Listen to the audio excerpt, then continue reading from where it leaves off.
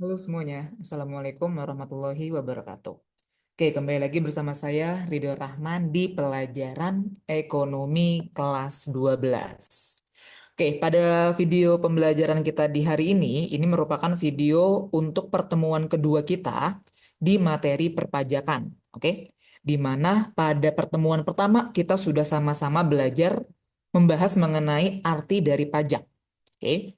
Kemudian kita udah ngebahas tentang fungsi dari pajak, kemudian kita sudah membahas mengenai manfaat dari pajak, dan kita sudah sama-sama mencari dan mempresentasikan gitu ya, mengenai pungutan resmi lainnya selain pajak.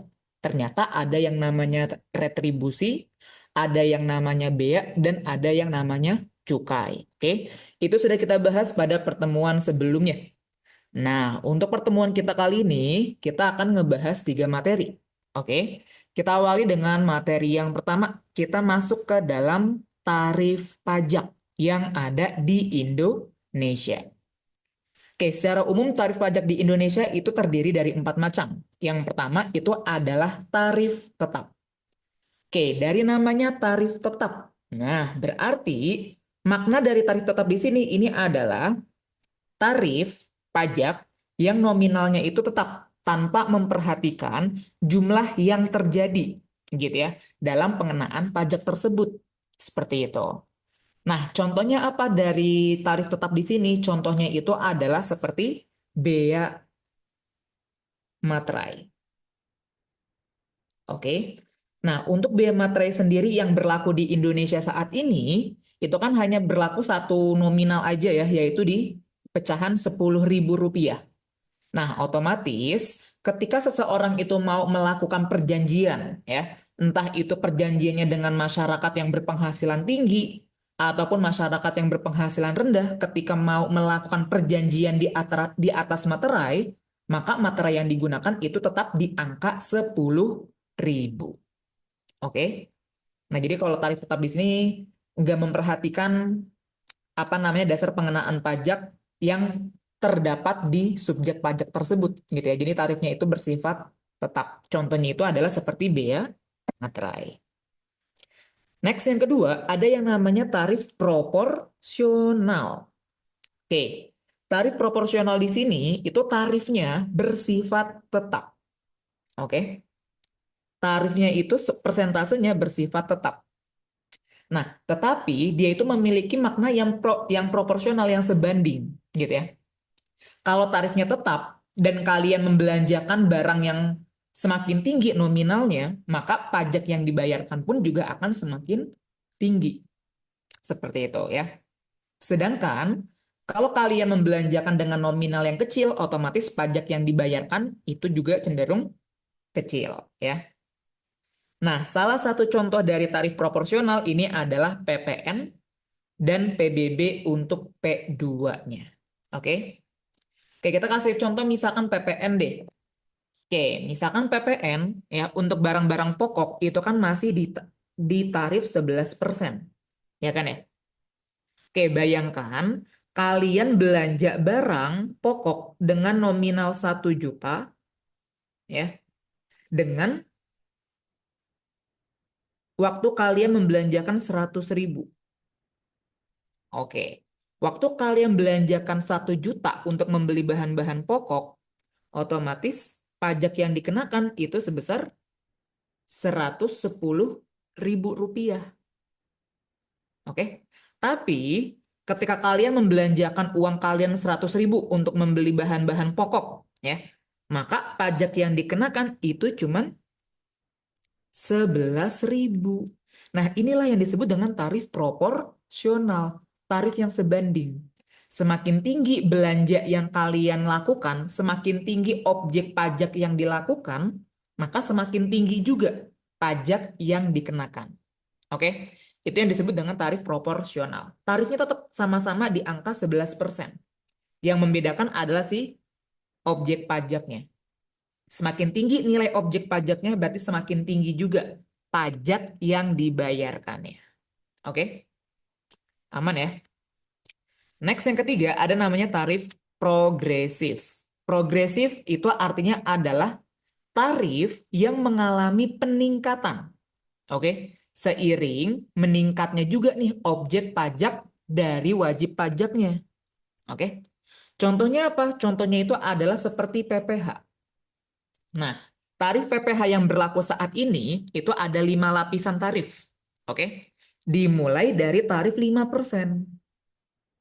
Oke, tarif 5% ini digunakan untuk PKP-nya, penghasilan kena pajaknya, itu kurang dari sama dengan 60 juta per tahun. Oke, ini lapisan yang pertama. Lapisan yang kedua ini adalah 15%. Ini ketika PKP-nya lebih dari 60 juta per tahun atau PKP-nya itu kurang dari sama dengan 250 juta per tahun. Oke. Next, lapisan yang ketiga ada yang 25%. 25% ini jika PKP-nya lebih dari 250 juta per tahun, oke, sampai kurang dari sama dengan 500 juta per tahun. Oke. Next, tarif yang keempat, ini tarif yang 30%. 30% ini jika PKP-nya lebih dari 500 juta per tahun, oke, sampai kurang dari sama dengan 5 miliar per tahun, 5 M per tahun. Oke. Dan yang terakhir, tarifnya itu adalah 35%. 35% ini jika PKP-nya lebih dari 5 miliar per tahun. Oke, kalau kita cek di sini, semakin tinggi penghasilan yang diterima sama masyarakat, otomatis tarif pajak yang dikenakan pun akan meningkat. Ya enggak? Oke, bayangkan saya penghasilannya 60 juta dengan kalian yang penghasilannya 61 juta. Oke, kalau saya 60 juta per tahun, saya cuma dikenakan pajak 5%. Ya kan ya? Atas penghasilan saya. Sedangkan kalian yang penghasilannya 61 juta per tahun, maka akan dikenakan tarif sebesar 15%. Oke? Nah, itulah tarif progresif. Semakin tinggi objek pajaknya, maka semakin tinggi juga persentasenya. Oke? Beda sama proporsional. Kalau proporsional, tarifnya itu tetap nggak berubah-berubah. Gitu ya. Tapi kalau progresif, tarifnya berubah seiring peningkatan objek pajak. Oke? Oke, yang terakhir adalah tarif degresif. Ini adalah tarif yang persentasenya itu berbanding terbalik dengan yang progresif. Kalau progresif itu semakin tinggi, maka kalau degresif itu semakin turun. Ya, salah satu contohnya itu adalah seperti bea ekspor yang ada di Indonesia. Oke, dari tarif pajak ada yang mau ditanyakan? Oke, nanti kalau misalkan ada yang masih ngangong dari video saya ini, bisa banget kalian tanyakan. Oke? Next, kita masuk ke asas pemungutan pajak di Indonesia. Nah, ini adalah asas atau pedoman ya yang harus dilaksanakan oleh pemerintah pusat ataupun pemerintah daerah dalam memungut pajak ke masyarakat yang ada di Indonesia. Oke. Yang pertama, asasnya itu adalah asas finansial, di mana pemungutan pajak itu harus sesuai dengan kondisi keuangan dari wajib pajaknya, gitu ya. Makanya tadi, kalau misalkan dia itu apa namanya penghasilannya yang diterima sama seseorang itu di bawah dari PTKP, otomatis dia tidak dikenakan pajak penghasilan, kayak gitu. Orang yang dikenakan pajak penghasilan jika penghasilannya melebihi dari PTKP. Seperti itu. Nah, itu yang disebut dengan asas finansial. Kita harus melihat kondisi dari si apa namanya subjek pajaknya kayak gitu. Kalau dia memang sudah memenuhi kriteria, berarti harus membayar pajak. Tapi kalau emang nggak memenuhi kriteria, ya berarti nggak dikenakan pajak seperti itu. Oke? Next, yang kedua adalah asas ekonomis, di mana pajak yang telah terkumpul itu digunakan untuk pembangunan ekonomi nasional. Oke, kita review lagi nih materi APBN, di mana ada namanya fungsi alokasi. Ya enggak? Oke, Nah, di fungsi alokasi di sini, anggaran yang ada di dalam APBN ya, nah itu digunakan untuk pembangunan infrastruktur, gitu ya, untuk mengurangi tingkat pengangguran ya yang ada di negara tersebut. Seperti itu.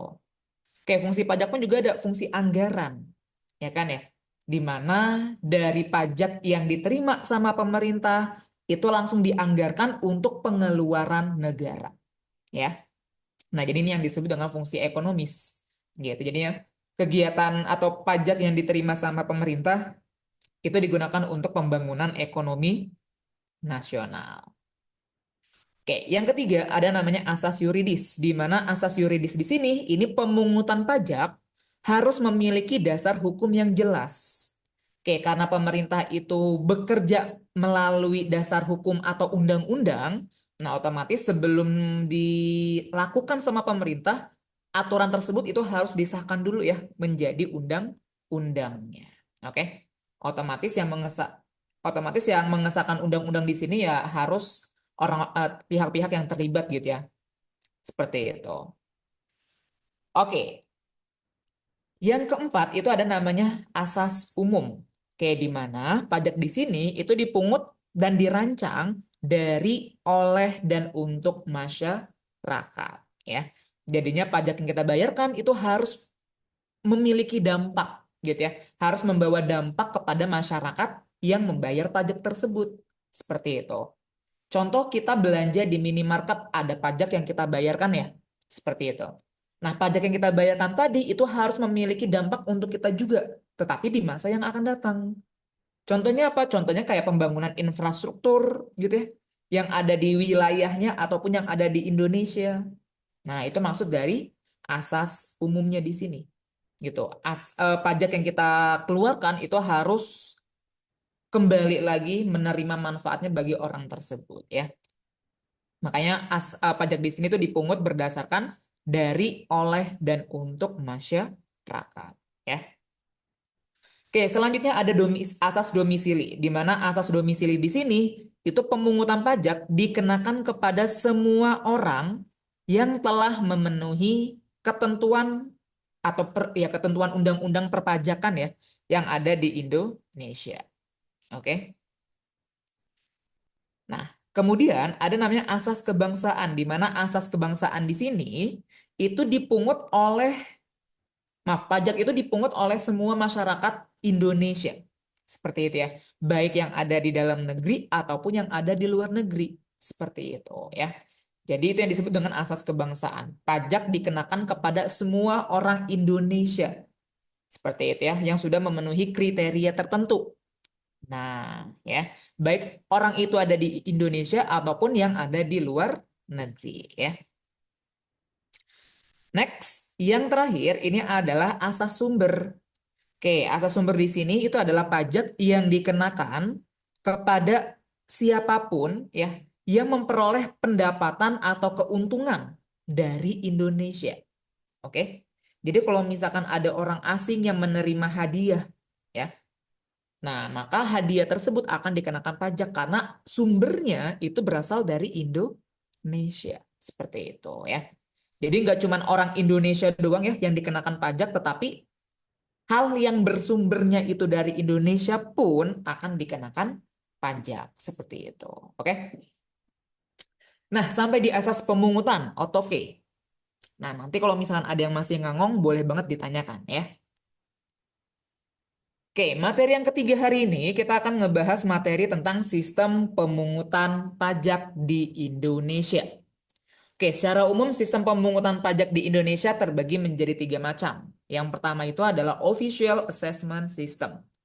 Oke, di mana Official Assessment System di sini itu adalah sistem di mana wewenang untuk menghitung ya besaran pajak yang terhutang itu terletak pada aparatur fiskal sebuah negara. Oke. Jadi kayak orang-orang DJP gitu ya, Direktorat Jenderal Pajak, nah dialah yang akan menghitung gitu ya, berapa pajak yang terhutang dari si wajib pajaknya. Seperti itu ya. Nah, contohnya apa dari sistem pemungutan pajak yang Official Assessment System di sini? Contohnya itu adalah seperti PKB. Oke, PKB di sini bukan partai ya. PKB di sini itu adalah pajak kendaraan bermotor. Seperti itu. Karena kita udah langsung bayar kan ketika kita mau bayar pajak tahunan atau pajak 5 tahunan. Itu udah tertuang gitu ya. Pajak terhutang yang harus dibayarkan. Jadi kita nggak usah bingung-bingung lagi nih buat ngitung berapa pajak terhutang dari kendaraan yang kita punya. Oke? Selain PKB ada juga PBBP2. Oke? Nah, untuk sektor perkotaan dan perdesaan, nah itu biasanya juga sudah dihitung tuh ya sama aparatur fiskal di sebuah wilayah tersebut ya. Kita tinggal bayar doang sejumlah dana yang tertuang pada apa namanya pada invoice-nya ya atau pada surat apa namanya pemungutan pajaknya seperti itu. Oke? Dipahami dari official. Jadi pihak yang menghitung dan menetapkan pajak terhutang itu ada di apa namanya di aparatur fiskal sebuah negara ya. Oke, next yang kedua ada namanya self assessment system. Nah, self itu artinya adalah sendiri kan ya. Jadi pihak yang menghitung dan menetapkan pajak terhutang itu dari masyarakatnya atau dari wajib pajak itu sendiri. Seperti itu. Nah, biasanya pajak yang bisa kita hitung sendiri itu adalah seperti PPh. Oke, pajak penghasilan seperti itu. Kita bisa mengira-ngira gitu ya, kita bisa menghitung berapa sih pajak penghasilan yang kita bayarkan di tahun ini. Nah, buktinya dari mana? Buktinya itu ya dari slip gaji yang kita terima di setiap bulannya. Kita bisa mengkalkulasikan gitu ya. Nah, nanti di akhir tahun kita akan membayar pajak sebesar sekian. Nah, seperti itu ya. Oke, yang terakhir ini adalah withholding assessment system. Nah, withholding di sini pihak yang menghitung ya berapa pajak terhutangnya itu ada di pihak ketiga. Oke. Pihak ketiga di sini siapa? Contohnya itu seperti apa namanya bidang keuangan yang ada di perusahaan-perusahaan. Oke. Nah, itu biasanya dikategorikan sebagai withholding assessment sistemnya. Kayak misalkan kalian bekerja di PT CBA. Oke. Kan setiap bulannya kalian akan mendapatkan gaji ya dari pekerjaan yang kalian lakukan. Nah, ketika kalian menerima gaji, biasanya itu dari pihak bendahara kantor, ya, bendahara perusahaan atau bagian keuangannya, itu akan menghitung dulu tuh pajak yang, maaf, penghasilan yang diterima, kemudian dipotong dengan pajak yang dibayarkan, seperti itu, ya.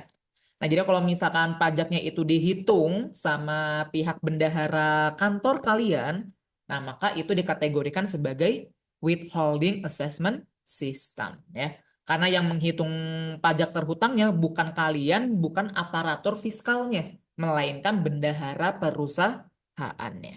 Oke, dipahami ya. Nah, salah satu contohnya itu adalah yang tadi udah saya spill juga ya, yaitu PPh, pajak penghasilan. Oke, sampai sistem pemungutan pajak. Aman? Oke, nanti bisa kalian cek ya. Nah, kemudian kita masuk ke dalam jenis-jenis pajak. Nah, ini adalah materi terakhir untuk video kali ini ya. Oke, di jenis-jenis pajak ini ada 4 macam ya. Yang pertama itu adalah berdasarkan lembaga yang memungut. Oke, lembaganya kan berarti kan institusi, ya nggak sih? Berarti institusi yang memungut pajak itu terdiri dari dua. Ya. Yang pertama adalah pajak pusat dan yang kedua adalah pajak daerah. Oke, pajak daerah sendiri nanti terbagi menjadi dua lagi. Ada pajak daerah tingkat 1 ini setara dengan provinsi. Oke, yang kedua adalah pajak daerah untuk tingkat yang kedua ini setara dengan kabupaten dan kota. Oke. Nah, jadi secara umum jenis pajak berdasarkan lembaga yang memungut itu ada dua ya. Ada pajak pusat dan ada pajak daerah. Kayak pajak pusat cuma dikit kok, gitu ya. Pemerintah pusat hanya memungut beberapa pajak doang, ya.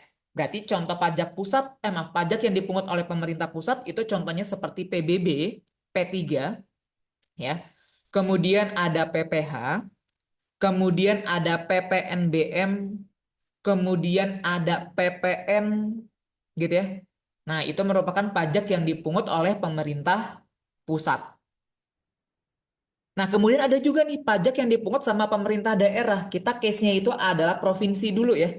PBB yang tingkat, maaf PBB. Pajak daerah yang tingkat 1. Oke. Nah, pajak daerah yang tingkat 1 di sini, ya, contohnya itu adalah seperti PKB. Pajak kendaraan bermotor. Oke. Kemudian ada pajak rokok. Nah, bagi kalian ya yang suka ahli hisap gitu ya. Nah, konsumsi apa namanya tembakau kalian, nikotin kalian gitu ya. Nah, itu akan dikenakan atau dipungut oleh pajak daerah atau provinsi kalian masing-masing ya. Ada juga pajak BBKB ya, bahan bakar kendaraan bermotor. Nah, itu adanya di tingkat yang pertama. Oke, ada juga pajak daerah yang dipungut oleh pemerintah kabupaten dan kota. Oke, contohnya apa? Contohnya itu adalah pajak hotel. Nah, kalian yang sering check in gitu ya, yang sering check out di hotel, nah itu dipungut oleh pemerintah daerah, kabupaten ataupun kotanya. Kemudian ada restoran gitu ya, kalian makan di resto tertentu, nah itu pajaknya dipungut oleh pemerintah daerah, kabupaten dan kota. Dan ada reklame gitu ya. Kalau buat masang iklan-iklan ya, promosi-promosi biasanya kan menggunakan baliho atau reklame kan. Nah, itu juga sama dipungut oleh pemerintah daerah tingkat 2. Seperti itu ya. Oke, kemudian kita masuk ke jenis pajak yang kedua yaitu jenis pajak berdasarkan asalnya. Kalau berdasarkan asal itu terdiri dari pajak dalam negeri dan pajak luar negeri. Oke. Kalau pajak dalam negeri ya berarti pajak yang berasal yang asalnya itu dari wajib pajak yang ada di negara tersebut gitu ya, atau yang ada di Indonesia. Nah, salah satu contohnya apa? Contohnya itu adalah PPh pasal 21 yang akan kita bahas nanti ya. Kemudian ada juga PPN. Nah, itu merupakan pajak dalam negerinya. Oke, yang kedua ada pajak luar negeri. Berarti pajak yang dipungut atas kegiatan yang berkaitan dengan masyarakat di negara lain. Oke. Kayak misalkan kita melakukan kegiatan ekspor impor gitu ya terhadap barang dan jasa, maka kegiatan tersebut akan dikategorikan sebagai pajak luar negeri. Oke. Salah satu contohnya itu adalah bea impor. Seperti itu. Oke, dari jenis pajak dipahami? Oke. Nah, kita masuk ke jenis pajak yang ketiga. Ini berdasarkan sifatnya. Kalau berdasarkan sifatnya, pajak terbagi menjadi dua. Yang pertama itu adalah pajak subjektif dan yang kedua adalah pajak objektif. Oke. Oke, pajak subjektif apa? Pajak subjektif di sini itu adalah pajak yang memperhatikan kondisi kondisi atau keadaan dari wajib pajaknya. Oke. Nah, contohnya itu adalah pajak penghasilan atau PPh. Oke, kenapa PPh itu dikategorikan sebagai pajak subjektif? Karena dari komponen penghitungan PPh ada yang namanya PTKP. Penghasilan tidak kena pajak. Oke. Nah, itu harus sesuai dengan kondisi dari si wajib pajaknya. Kalau kalau kondisi wajib pajaknya itu sudah menikah, otomatis akan ditambahkan dengan menikah. Kalau misalkan wajib pajaknya itu sudah memiliki anak, gitu ya, misalkan 2 anak, nah itu juga akan berpengaruh kepada pajak yang dibayarkan. Seperti itu. Ya. Jadi kalau pajak subjektif ini pajak yang memang melihat kondisi atau keadaan ya dari wajib pajak tersebut. Seperti itu. Nah, sedangkan pajak objektif ini nggak ngelihat kondisi seseorangnya, melainkan yang dia lihat itu adalah objeknya, gitu ya, barangnya yang dilakukan ya di transaksi tersebut seperti itu. Nah, contohnya apa? Contohnya itu seperti PPN, gitu. Kita dikenakan PPN ketika kita membeli barang, ya kan ya? Oke, kita ngebeli barang kan pasti ada harganya. Nah, otomatis pajak yang dikenakan atas PPN tersebut itu berasal dari harga barang yang kita belinya tadi seperti itu ya. Jadi kalau objektif ini pure dari harga barang atau jasanya. Oke. Yang kita lihat itu adalah si objeknya atau si bendanya. Tapi kalau subjektif kita ngelihat kondisi atau keadaan dari wajib pajaknya sendiri seperti itu. Aman ya, EZ ya? Gitu. Oke, dan yang terakhir ini adalah pajak berdasarkan golongannya. Oke, ada pajak langsung dan ada pajak tidak langsung. Oke, contoh pajak langsung ini adalah pajak yang dapat pajak yang dibebankan kepada orang tersebut, gitu ya. Pajak yang dibebankan ke orang tersebut dan nggak bisa dipindah tangankan ke orang lain untuk membayarnya, kayak gitu. Contohnya itu adalah di sini PPH, pajak penghasilan, ya. Jadi pajak penghasilan itu dikenakan kepada orang yang penghasilannya sudah mencapai kriteria tertentu. Nah, kalau misalkan orang tersebut sudah mencapai kriteria tertentu tadi, yang wajib membayar pajak atas PPH tersebut siapa? Ya orang tersebut. Gitu. Nggak bisa dibayarin sama orang tua kalian. Nggak bisa dibayarin sama suami atau istri kalian. Gitu ya. Yang harus membayar pajak penghasilan tersebut ya diri kalian sendiri. Gitu. Karena kalian yang menerima penghasilannya. Oke. Nah, yang kedua, ini adalah pajak tidak langsung. Berarti kalau pajak tidak langsung itu adalah pajak yang dapat dibebankan ke orang lain, gitu ya. Jadi orang lain nih yang akan membayarkan pajaknya, seperti itu. Nah, contohnya apa? Contohnya itu adalah PPN, pajak pertambahan nilai, ya. Di mana pajak pertambahan nilai di sini yang akan membayar PPN-nya itu adalah konsumen akhir yang membeli produk tersebut. Kayak gitu. Contoh, ada produsen utama, ya enggak? Misalkan saya ngejual pasta gigi nih, ya. Oke, ketika saya menghasilkan pasta gigi, otomatis saya akan mendistribusikan kepada pedagang yang pertama dulu, ya enggak? Contohnya kayak minimarket atau supermarket, gitu ya. Jadi minimarket dan supermarket langsung ngebeli dari industri sayanya, gitu. Nah, ketika si minimarket dan supermarket itu membeli, otomatis akan dikenakan PPN juga, gitu. Nah, kemudian kalau misalkan si pedagang itu, si minimarket dan supermarket tadi ngejual lagi ke konsumen akhir, ke masyarakat, nah maka masyarakat pun juga akan sama membayar pajak tersebut dari barang yang mereka beli. Maka ya, yang dikenakan pajak pertambahan nilai di sini itu adalah konsumen akhir yang membeli barang tersebut, gitu. Nah, yang tadinya si apa namanya supermarket dan minimarket yang membayarkan ya, nah ternyata uangnya itu dibalikin lagi sama konsumen yang membeli tadi, sehingga konsumen yang akhir tadilah yang akan membayarkan PPN. Oke? Nah, itu yang disebut dengan pajak tidak langsungnya. Oke? Oke, sampai di sini ada yang mau ditanyakan dulu? Oke, kalau misalkan nggak ada yang ditanyakan, berarti selesai pembahasan kita di kali ini ya. Untuk materi berikutnya, kita akan masuk ke dalam objek dari PPH, PBB, dan PPN, beserta kita akan praktek langsung gitu ya, untuk menghitung ketiga objek pajak tersebut. Oke? Oke, kalau sudah nggak ada yang tanyakan lagi, berarti saya cukupkan pembahasan kita di video kali ini. Nanti kalau ada yang mau ditanyakan dari pembahasan yang ada di video, silakan ditanyakan ya. Saya akhiri, thank you banyak dan selamat siang.